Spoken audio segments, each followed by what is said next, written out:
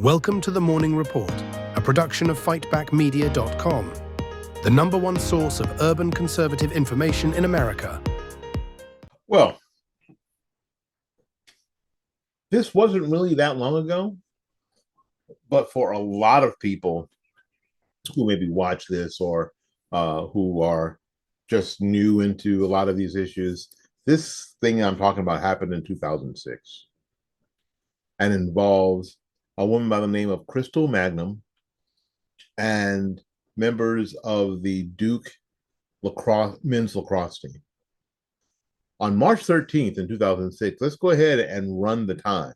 Magnum is hired as a dancer for a private party held by the members of the Duke men's lacrosse team. It takes place at a house on North Buchanan Boulevard in Durham. Magnum later accuses several players of raping her during the party. The next day, she says that there are people from the dudes from the lacrosse team that raped her.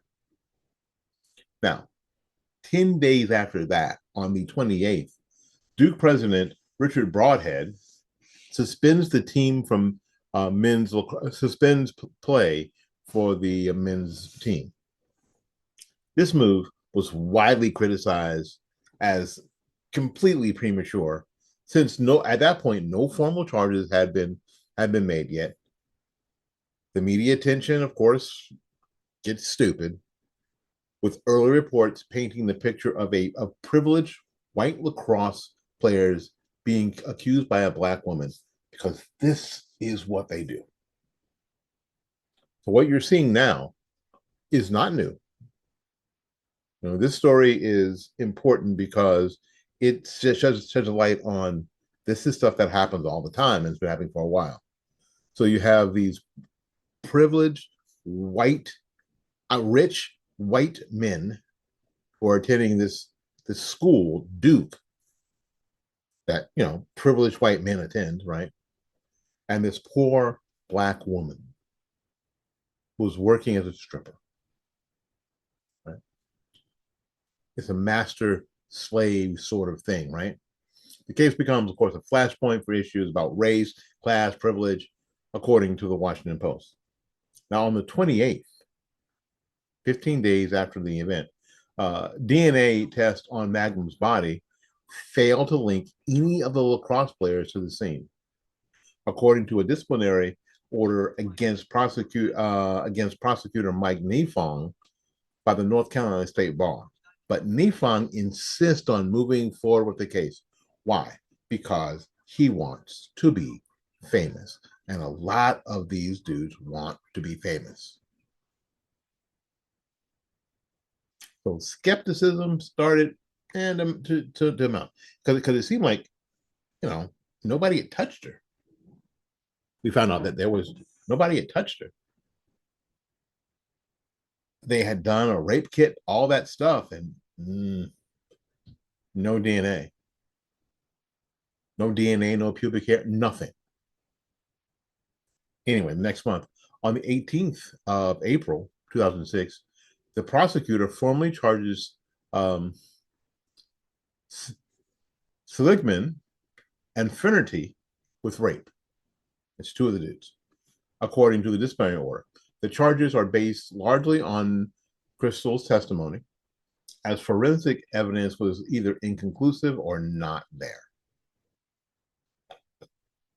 In May of 15th, the prosecutor formally charges Evans, the third person, with rape, according to the disciplinary order. On June 5th, Duke announces the lacrosse team is reinstated to play in the following fall, but public sentiment has already soured. So once you get accused of this kind of thing, there's no walking it. I mean, there's no walking it back at this point. It's the whole idea of that people read the headlines, but they never read the retraction, because the headlines are printed on the front page. The retraction is printed on page 37 underneath the obituaries, right? So not only don't they read the retraction, they never even see it. People only read the headlines. And this happens on the internet too. A lot of times people only read the caption, They never look at the story, especially if it's not a video. They never look at the story. Anyway, in December, on December 28th, rather, the prosecutor is accused of withholding evidence and making misleading statements to the press, leading to the investigation by the state bar, according to the disciplinary order. Yes, because Nifong, Mike Nifong, wants to be famous. He's getting a lot of positive attention from certain places. People like Jesse Jackson and people like Al Sharpton and all these type of people. He's feeling like a very important person. Okay, on April 11th, Roy Cooper, then the state attorney general, is now the governor, announces there's insufficient evidence to proceed on any of the charges in a statement that he shared with by Duke Athletics. So the charges are dropped. The charges got dropped April 11th, 2007. Here's what he said. We believe that these cases were a result of a tragic rush to accuse and a failure to verify serious allegations, Cooper said. Based on the significant inconsistencies between the evidence and the various accounts given by the accusing witness, we believe these three individuals are innocent of these charges. Now, April, May, June, 2 months later, on the 16th, 2007, the prosecutor, Mike Nifong, loses his law license following disciplinary hearings about his handling of the case, including accusations of ethical misconduct and withholding evidence. His disbarment is finalized and the state bar in July, according to the disciplinary order. So this is such a crappy case to start with, that the prosecutor, who's trying to make it work because he wants to be famous, ends up being infamous and losing his law license back in 2007. This is all of this stuff that I mentioned here in the last few minutes, probably never heard. This is a problem with a lot of this. Also, on June 18th, Duke announces that it is settled with the three lacrosse players, agreeing to pay a confidential settlement. My hope is that it was substantial.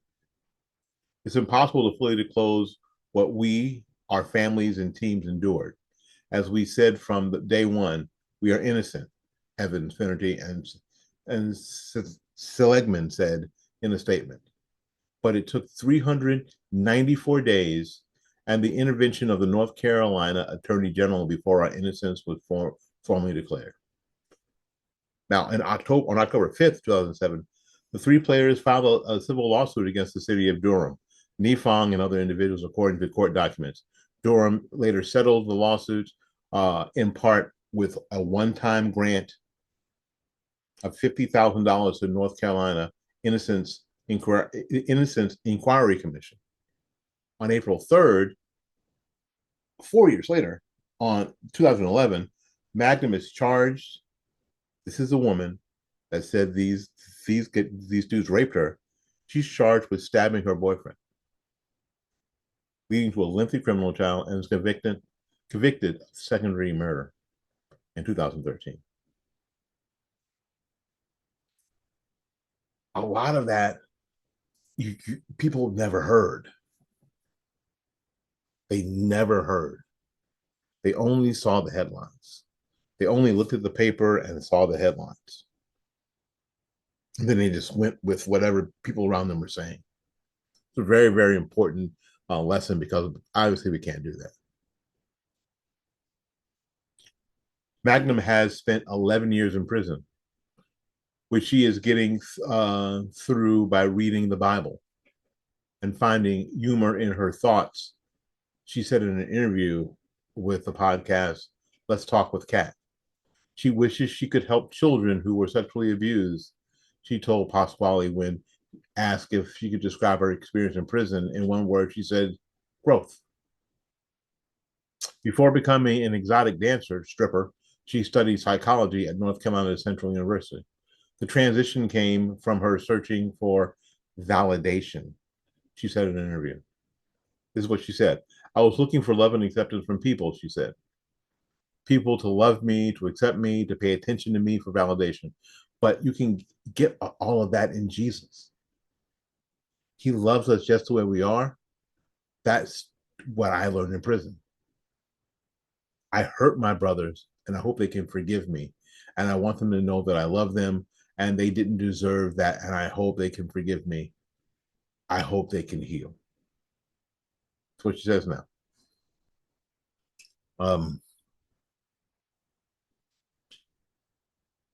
Apparently, and I don't know for sure, she has found some,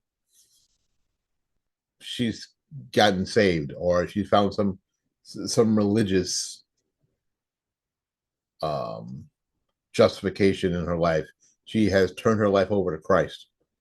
That's what it seems like. I don't know. She has not been on this program. But this is a huge problem.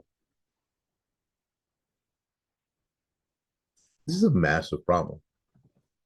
Those dudes' lives were forever changed. It will always be known as connected to the Duke Lacrosse rape case. And it wasn't like they were found not guilty. Let me help you. Not guilty just means that the state could not prove their case. These dudes were innocent. They were innocent. They had committed no crime. And they will forever have that stain on their lives as innocent men. I too hope that they have it in them to forgive her, because if not, they will walk around with that burden on them, as bad as things are, for the rest of their lives too. But they have to forgive her and move on. And they forgiving her is not for her; it's for them. It's for each of them.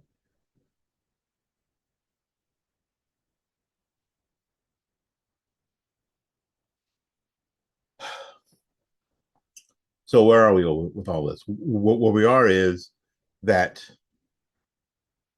my position on men that rape women is exactly the same. They need to be put into a wood chipper, feet first, slowly. Yes, that level of hate and violence can only be repaid with similar hate and violence. Now, I see a lot of comments in comment sections about how she ought to go to jail, and the statute of limitations for her crimes are well over. I think that maybe some states should revisit those things. That, if you accuse, I mean, we've seen a number of cases where someone gets accused of rape and they have their lives ruined, and then 10 years later or 15 years later, the woman says, "Oh, I made that up. I know this guy spent some time in jail and that's terrible, but I made all that up. That didn't really happen." Huh. It would seem that there should be some legal recourse, right? At least against that person who falsely accused you, to the system that falsely prosecuted and convicted you, to that penal system that falsely imprisoned you. And even if there's a change there, you can't get years back. You can't get reputation back. These are conversations that families are going to have with their daughters. These are conversations that families are going to have with their sons. This is really not something, I think, that laws can be the guardrails. Because that those guardrails are made from morality. Those guardrails have to be built by families, and churches, and communities, not activists, not lawyers, not judicial systems. Because we've seen those guardrails fail way too often on both sides of the thing. Where there are women who are sexually assaulted, sexually abused, raped, and the men get away scot-free. Can't have that either. Because I told you, my penalty. Your toes come off, your feet come off, your shins come off, right? That's what I'm saying.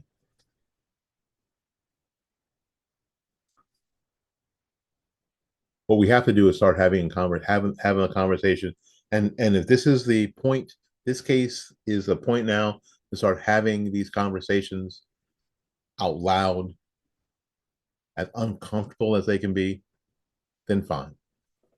Let's go ahead and do that. My name is Willie Lawson, and this is the Morning Report.